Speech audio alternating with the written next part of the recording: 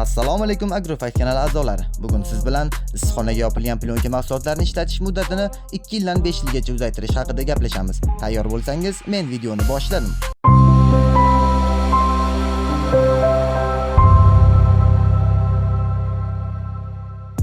Assalomu alaykum dehqonlar. Siz ishlatayotgan issiqxona plyonkasi necha yilga chidaydi? 1 yilmi, 2 yilmi? Agar sizga plyonka 4-5 yil xizmat qilishi mumkin desam, ishonasizmi? Oddiy sifatsiz plyonkalar 1-2 yilda yorilib ketadi, hosil kamayadi, xarajat ko'payadi. Bu esa dehqon uchun katta zarar. Ammo zamonaviy UV himoyalangan qalinligi 100 mikrondan 200 mikrongacha bo'lgan plyonkalar 4-5 yil xizmat qiladi. Bunday plyonka quyosh nurlarini o'tkazadi, o'simlikni shamoldan va sovuqdan himoya qiladi. Issiqxonangizga yopgan plyonka mahsulotlarini uzoq muddat ishlatish uchun 3 asosiy omil bor. Birinchisi qalinlik.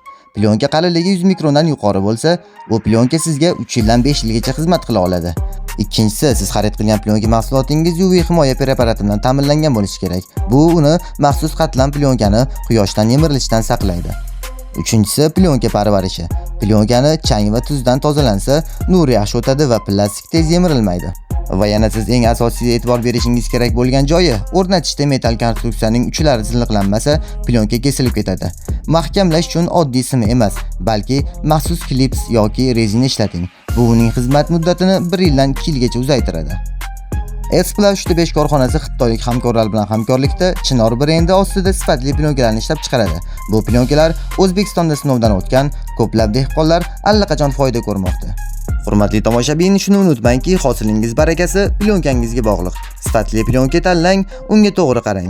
Plyonka 5 yil xizmat qiladi, hosilingiz esa har yili ko'payib boradi. Sizda yana qo'shimcha ma'lumotlar bo'lsa, kommentariyada qoldirishingizni so'raymiz. Kanalimizga obuna bo'lmagan bo'lsangiz, obuna bo'lish tugmachasini bosib qo'ying. Agrofact, dehqon uchun haqiqiy maslahatlar